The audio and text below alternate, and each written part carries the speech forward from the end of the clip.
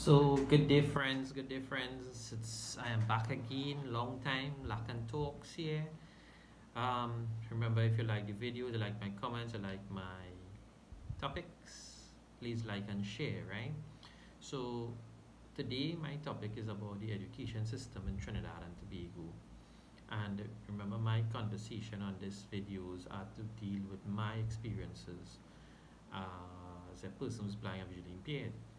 So I want to share an experience I came across with the present system of education in Trinidad. And today is the 3rd of March 2022. Thursday, the 3rd of March 2022. And I want you all to understand that what I am talking about is something that happened within this school term. So there is this child attending this school. I'm not going to call it child, neither the school name, but this child is attending this school and the child is in standard 2. We have hybrid system, we have a virtual system taking place in Trinidad at the moment. And the Ministry of Education requirements is that the child school should start at 9 a.m. to 2 p.m. But this child attends a denominational school, and the denominational school system is saying they would like a half an hour earlier to meet all the commitments to the religious aspects of the school. And they are okay if the school is dismissed, so the class is dismissed at 1:30. So as I was saying, this child is in standard 2, and for the whole of the first term, the teacher is starting the class at 9 a.m. and is finishing at 11 a.m. And there is a 20 minutes break somewhere after 10 o'clock. And that's it for the day in teaching. So the principal was contacted by the then parent and told, and the principal indicated to the parent that they would inquire into the matter. And this was in his first school term, somewhere in November. In January, apparently a timetable was issued to the parents and them again, and the same thing continued. So the parent apparently again contacted the school principal and was how to put it, was informed that the principal was under the impression that the matter was resolved. So according to the parent, it was not resolved, and the principal again gave the assurance they were going to look at the matter. Long story short, it didn't resolve, and the parent decided to write the school and write the school supervisor for the district, school supervisor 2, CC the school supervisor 2 apparently, and that went through and everything. So the parent then reported to me that the issue was apparently addressed, but no correspondence came back to the parent for saying they acknowledge receipt of your letter and your complaint and so on. But the teacher did alter the system and say classes will be starting at 8:30 a.m. now, and there was a WhatsApp group that the teacher was communicating with the parents, and the teacher shut down the WhatsApp group and informed the parents that they will now be communicating through the Google Classroom system, whatever platform they use, some Google platform, and any correspondence with the teacher will be through that platform. But here's where the real irony or the real dotishness occurring. It's at the highest level of manual. Classes is starting at 8:30 a.m. It's running until about 11 a.m. Now this is what is being reported. The class goes on lunch break, comes back somewhere closer to quarter to 1, anywhere in that vicinity, 10 to 1, quarter to 1, and exactly 15 minutes after, the class is ended. And most of the time that takes place after the lunchtime is to play music apparently. So the teacher have children choosing different music songs and playing. Now here's my beef with this whole thing.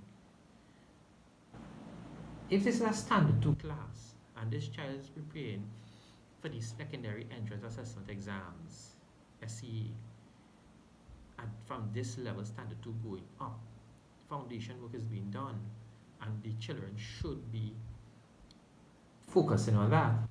And the teacher is upset because this parent apparently raised the concern, and I mean the wrote, so when they write, things isn't writing now, so people have to act.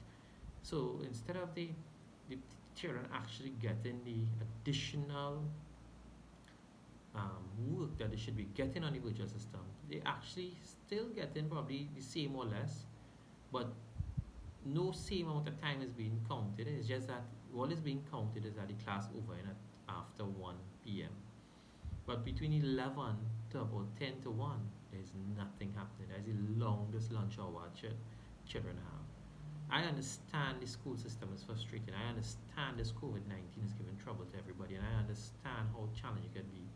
But what people don't seem to understand is that the children is even more frustrated.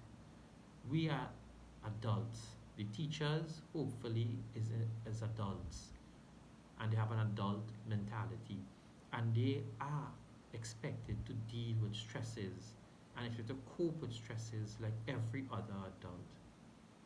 You cannot expect a child to be able to cope with the stresses that this education system is presenting forward. People, I'm telling you, it is happening right now in Trinidad and Tobago. I have the evidence. There is a log being taken by this parent of every day they come on, what time they come on, what time they go for lunch, what time they come back on, what time it ends.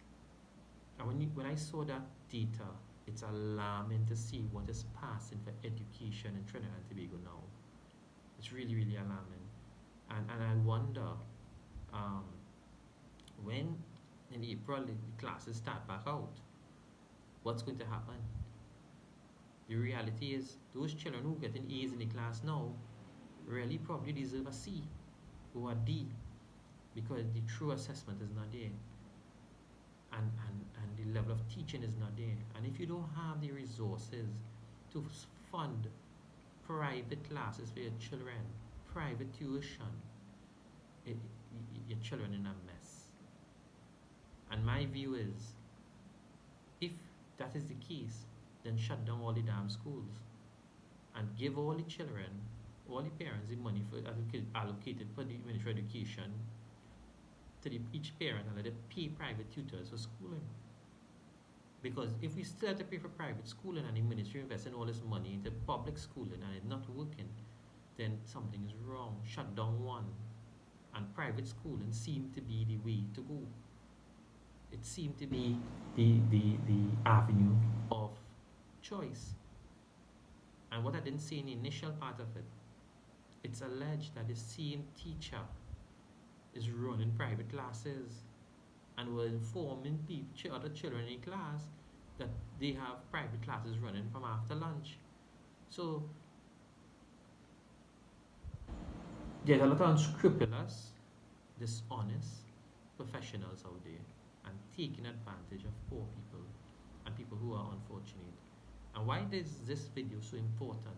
Because we will have children who are blind and visually impaired in similar scenarios, and we're going to have them there suffering. They already cannot get readily accessible books and information, and now their parents may be forced to seek out additional help and tuition for them because of the ministries of education system is not delivering. And if anybody from the Ministry of Education want this information, email me lakhantalks@gmail.com, lakhantalks@gmail.com, and I will be willing to share these statistics on behalf of that parent for you all. I'll give you the name of the school, the principal, the statistics, the teacher's name, and the child's name. Of course, all with the permission of the parent. Alright? Thank you very much, because the nonsense continues in this wonderful paradise that we live in.